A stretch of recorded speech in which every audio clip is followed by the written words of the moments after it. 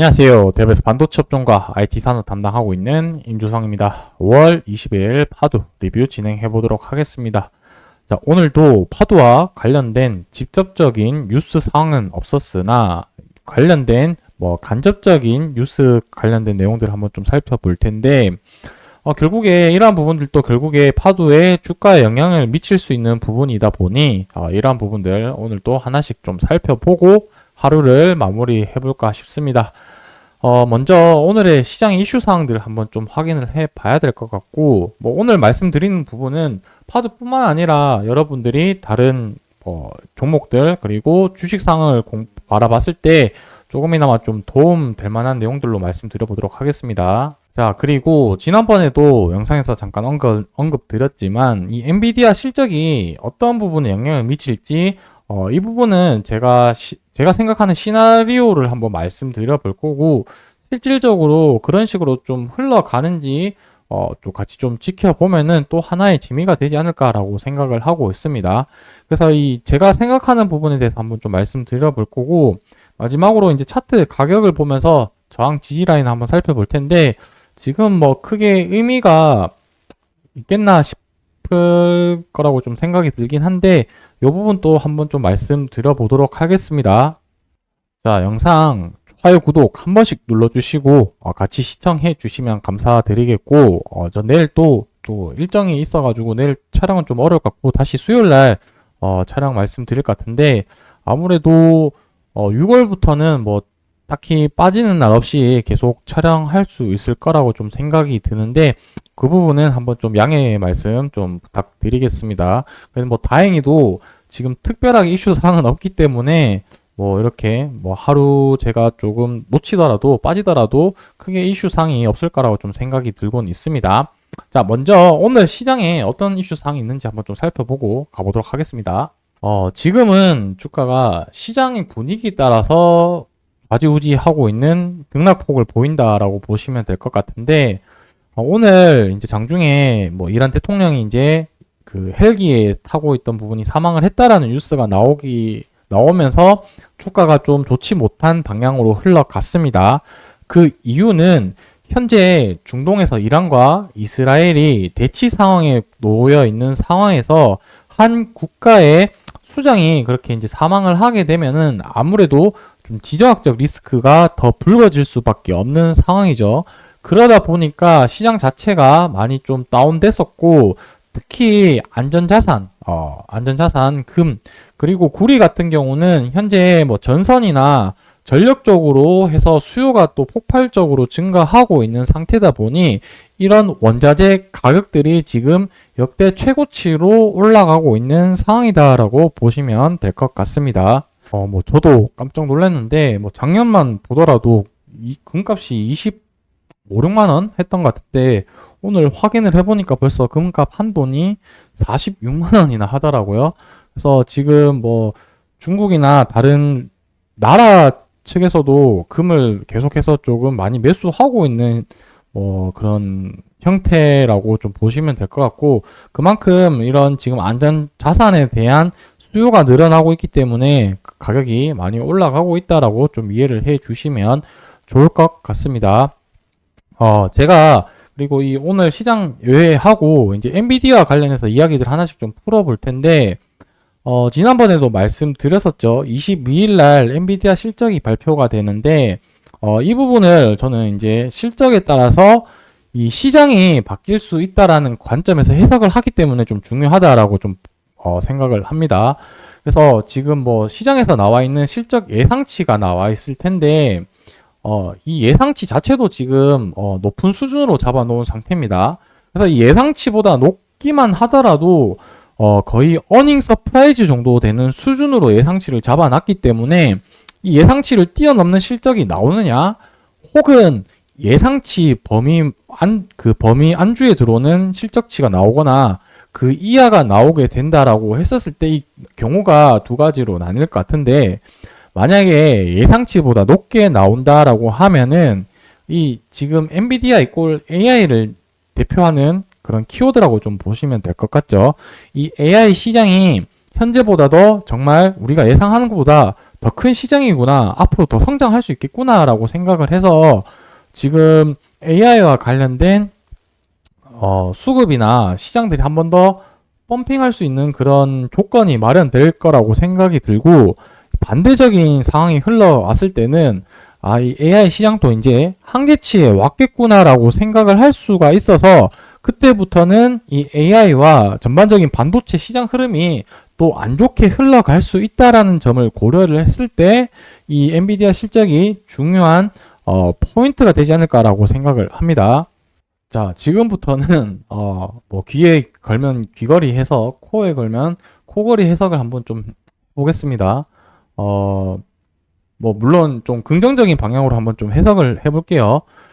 AI 쪽으로 지금 또 실적이 잘 나와서 AI가 한번 더 좋아진다라고 한다면, 기존의 입장에서 말씀을 드렸을 때는 이 AI 시장이 빨리 건너가야지 데이터 센터의 수요가 올라갈 거다라고 해석을 했지만, 현재로서는 이 AI 시장이 성장세에 따라서 같이 데이터 센터도 수혜를 받을 수 있다라는 관점으로 지금은 바라보고 있기 때문에, 이렇게 AI 시장이 더 성장하는 부분에 대해서도 결국 파도에 긍정적인 영향을 미칠 수 있을 거라 이렇게 좀 해석을 하고, 뭐 이제 반대적인 또 경우를 생각을 해보자면은, 파도가 여태 주가가 이제 움직임을 봤었을 때 반도체가 전반적으로 안 좋았을 때 파도는 혼자 상승하는 그런 인버스 같은 역할을 하면서 주가 변동폭을 보였기 때문에, 뭐 이래나 저래나 진짜 상승을 하겠다라고 하면은 귀에 걸면 귀걸이 해석,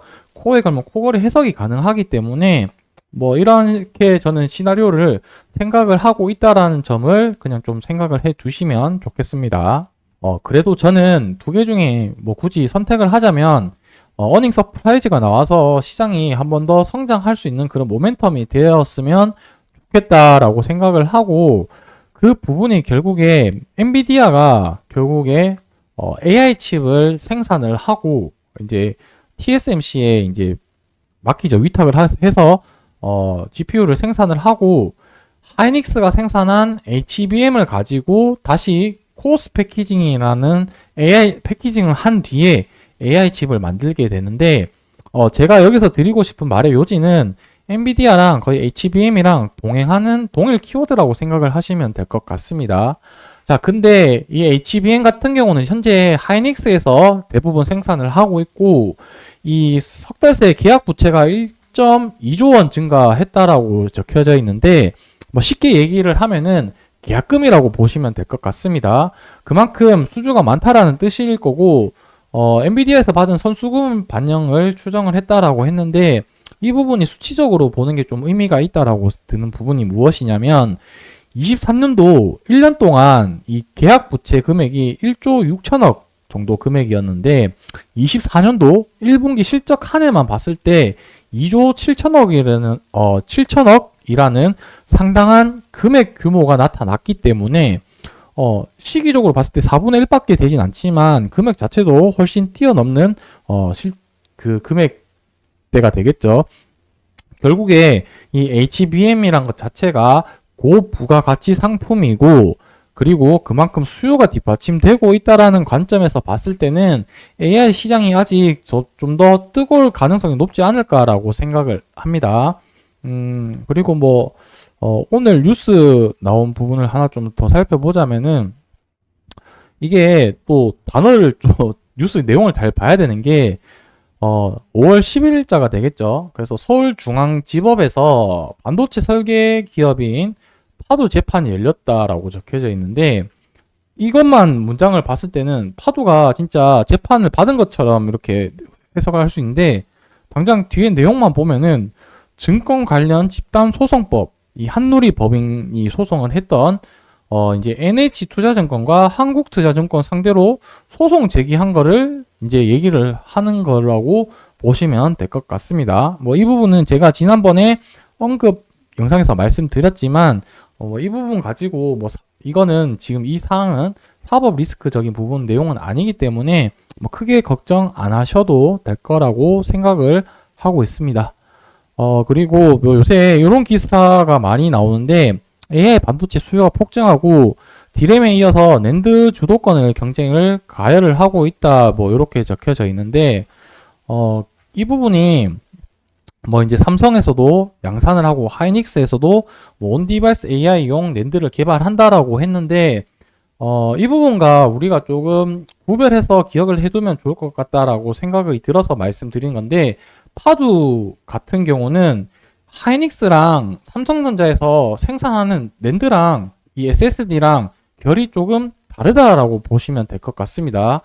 하이퍼스케일, 그러니까 대기업에 들어가는 하이퍼스케일에 들어가는 데이터 센터에 들어가는 SSD를 생산을 하는 거고, 여기에 들어가는 SSD 컨트롤러는 삼성도 못 만들고 하이닉스도 못 만들었던 기술을 가지고 있는 파두가 납품을 했다라는 점에서 우리는 알고 있어야 되고, 그만큼 기술 가치가 뛰어났기 때문에 기술 특례 상장으로 상장을 했다.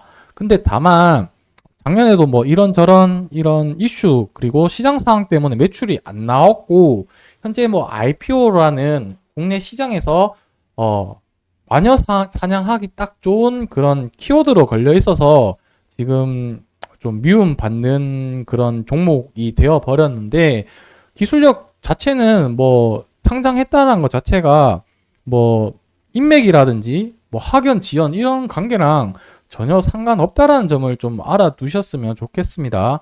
그러다 보니 메타에서 지정을 해서 파두 너희 거를 하이닉스에 생산을 해서 우리한테 납품을 해, 요런 시스템으로 가고 있기 때문에 지금 뭐 뉴스에서 나오는 이 낸드랑 파두랑 비교하는 결 자체가 다르다라고 좀 보시면 될 것 같습니다. 뭐 이거는 뭐 굳이 명품으로 따지자면은 뭐 샤넬이나 뭐 루이비통 뭐 이 정도 될 것 같고, 파두 거는 에르메스 정도가 되지 않을까라고 싶습니다. 그러니까 그만큼 하이엔드의 기술력을 가지고 있다라고 그렇게 좀 기억을 해 두시면 좋을 것 같습니다.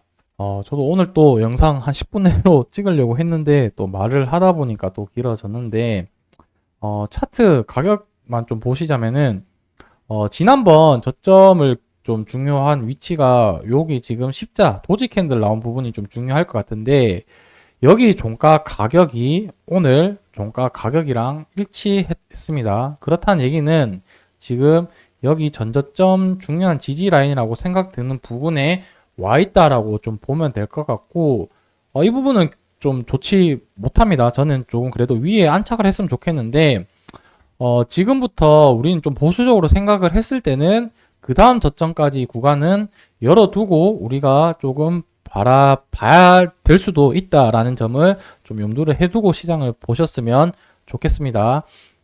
제가 지금 차트 보면은 차트에 아무것도 표시를 안 해놨죠. 단순히 그냥 거래량이랑 거래대금 이동평균선만 보고 있는데, 뭐 저도 예전에 뭐 여러 가지 보조 지표를 많이 사용을 하면서 매매를 하고 주식을 봤었는데, 코로나 터지고 다 지웠거든요.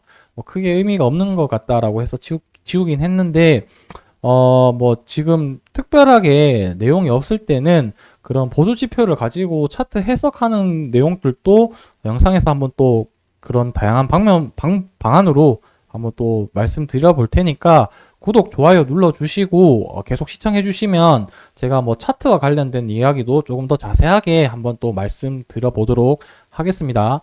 오늘 영상은 여기서 마무리하고 저는 수요일날 다시 영상에서 인사드리도록 하겠습니다. 감사합니다.